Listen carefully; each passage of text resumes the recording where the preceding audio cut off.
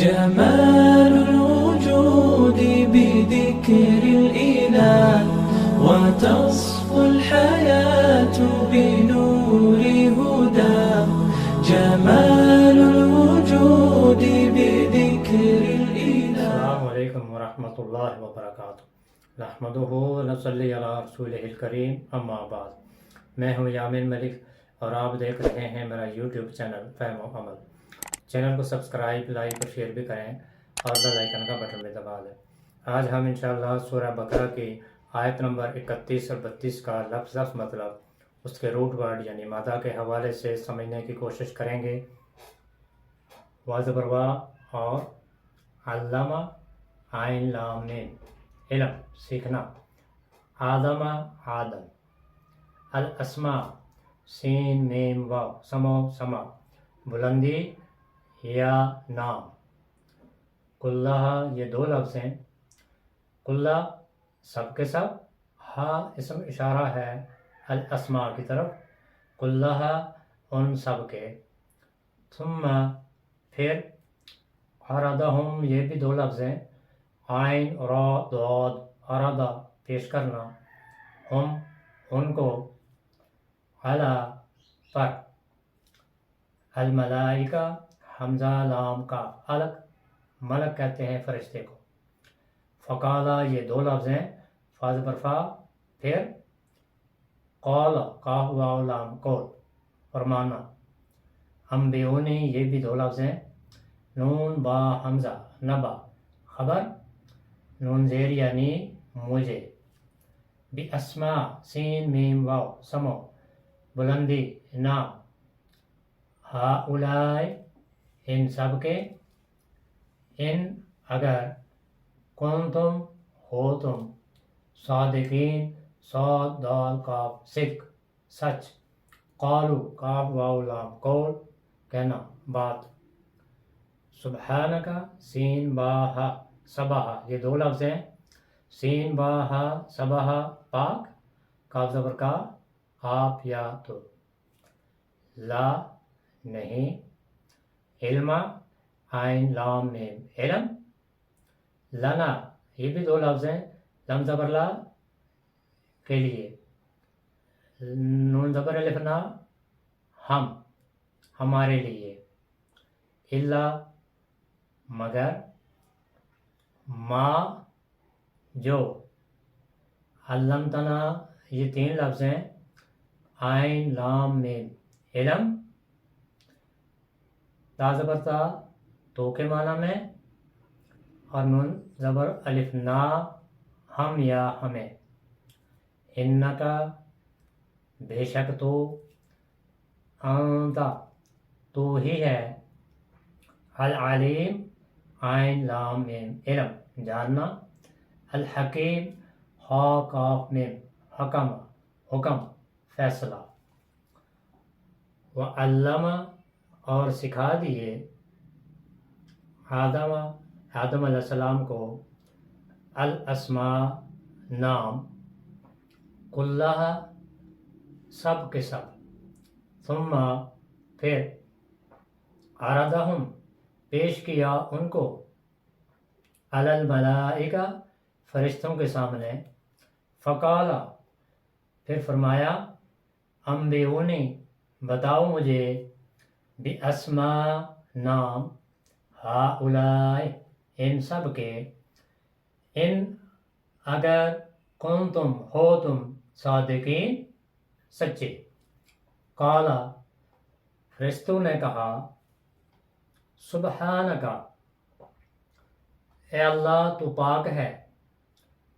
لا علم لنا نہیں علم ہمارے لیے. الا مگر. ما علمتنا جو سکھایا تو نے ہمیں.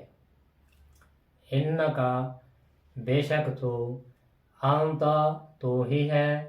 العلیم بہت زیادہ جاننے والا. الحکیم بہت زیادہ حکمت والا. علامہ عین لام میم علم یہ اس کا روٹ ورڈ ہے.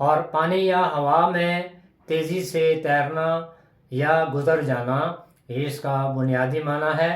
اور سبحن ایسی مشغولیت کو کہتے ہیں کہ جس میں کاموں کی بھرمار کی وجہ سے تیز رفتاری کا پہلو نمایاں ہو، یعنی مشقت کرنا۔ اور اسی سے پھر تسبیح بھی ہے۔ تسبیح ہے اللہ تعالیٰ کی عبادت میں مشغول ہونا، اللہ کا نام لینا، اور اللہ کا نام لینا زبان سے بھی اللہ کا نام لیا جاتا ہے، اور پھر اپنے عمل سے بھی اللہ کا نام لیا جاتا ہے، یعنی عبادات کرنا، عبادت میں مشغول ہونا، تسبیح و تحلیل کرنا، یہ سبحہ کا معنی ہے۔ الحکیم، ہا کاف میم، حکمہ۔ حکمہ کا بنیادی معنی ہے فیصلہ، حکم، اور حکمتن گھوڑے کے منہ میں لگام دے کر اسے جس چمڑے سے باندھا جاتا ہے کہ تاکہ اس کے جو جبڑے ہیں وہ کس لیے جائیں اور وہ ادھر ادھر نہ ہونے پائے، اسے حکمتن کہتے ہیں، یعنی گھوڑا قابو میں رہے اور بے لگام نہ ہو۔ اسی سے پھر حکمت ہے۔ حکمت کیا ہے؟ حقوق و واجبات کی حدیں متعین کرنا، یعنی اپنی حد میں رہنا۔ وہ حد جو اللہ تعالیٰ نے اپنے بندوں کے لیے قائم کی ہیں، ان سے آگے یا پیچھے نہ ہونا۔ وہ احکامات جو اللہ تعالیٰ نے دیے ہیں ان کے مطابق ہی ان پر عمل کرنا۔ اور پھر حکمت یہ ہے کہ ایسا فیصلہ کیا جائے کہ جس میں کوئی ظلم و زیادتی نہ ہو، یعنی ہر طرح کی ظلم و زیادتی سے روکا جائے، ایسا فیصلہ کرنا۔ اور اگر اس کا مختصر لفظوں میں مطلب بیان کرنا ہو حکمہ کا، تو اس کا مختصر معنی یہ ہے کہ چیز کو اس کی اپنی جگہ پر رکھنا، یعنی حق ادا کرنا۔ اگر حق ادا نہ کیا جائے تو پھر یہ ظلم ہے، پھر اس کو ظلم کہتے ہیں۔ تو ہر چیز کو اس کی جگہ پر رکھنا، یعنی جب فیصلہ کیا جائے تو ہر پہلو کو اپنے سامنے رکھ کر فیصلہ کیا جائے تاکہ کسی کے ساتھ کوئی ظلم و زیادتی نہ ہو۔ حاکم کا کام بھی یہی ہوتا ہے کہ وہ ایسا فیصلہ کرے کہ جس سے کسی کی حق تلفی نہ ہو، ظلم و زیادتی نہ ہو، حق پر مبنی ہو۔ وَعَلَّمَ آدَمَ أَسْمَاءَ كُلَّهَا، اور سکھا دیے آدم علیہ السلام کو اللہ تعالیٰ نے سب چیزوں کے نام۔ ثم پھر عرضہم پیش کیا ان کو علی الملائکہ فرشتوں کے سامنے، فقال پھر اللہ تعالیٰ نے فرمایا انبئونی بتاؤ مجھے باسماء نام ہؤلاء ان سب چیزوں کے، ان کنتم صادقین اگر تم اپنے دعوے میں سچے ہو۔ قالوا تو فرشتوں نے کہا سبحانک اے اللہ تیری ذات ہر عیب سے پاک ہے، لا علم لنا نہیں ہے ہمیں علم، الا مگر ما علمتنا وہ علم جو تو نے ہمیں دیا ہے۔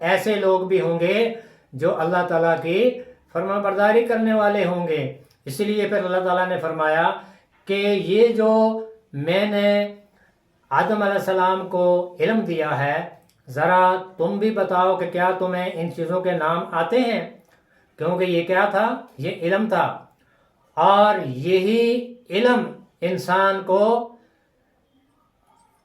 اس درجے پر لے کر جاتا ہے جسے ہم اشرف المخلوقات کہتے ہیں۔ اس لیے کہ اس علم کی وجہ سے پھر اللہ تعالیٰ نے تمام فرشتوں کو یہ حکم دیا تھا کہ آدم کو سجدہ کرو۔ تو یہ اصل جو انسان کی جو یعنی شرف تھا، جو عزت تھی، وہ اس کے علم کی وجہ سے تھی۔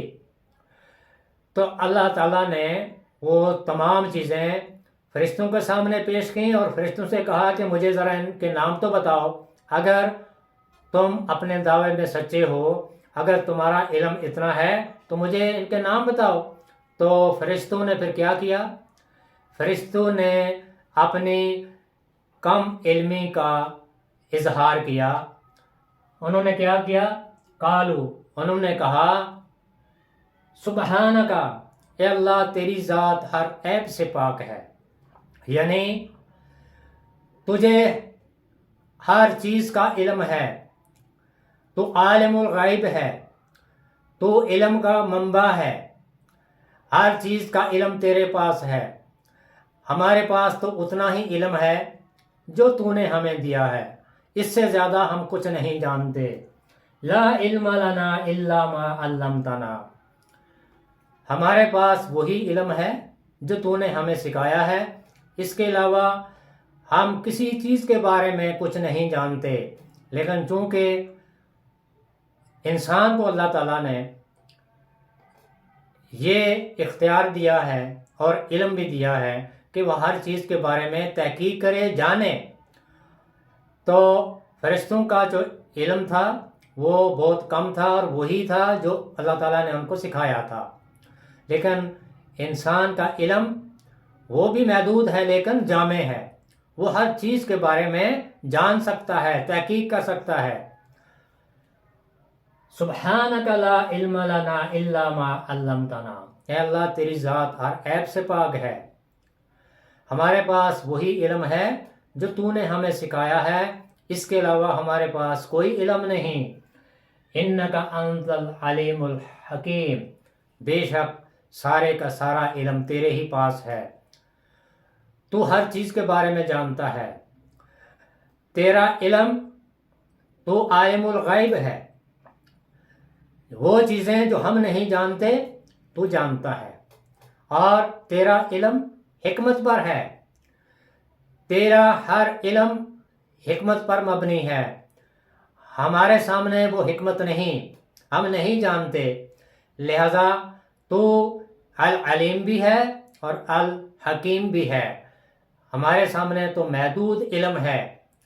تو یہ جو آدم علیہ السلام کو شرفیت ملی تھی، جو شرف ملا تھا، وہ اس علم کی وجہ سے ملا تھا۔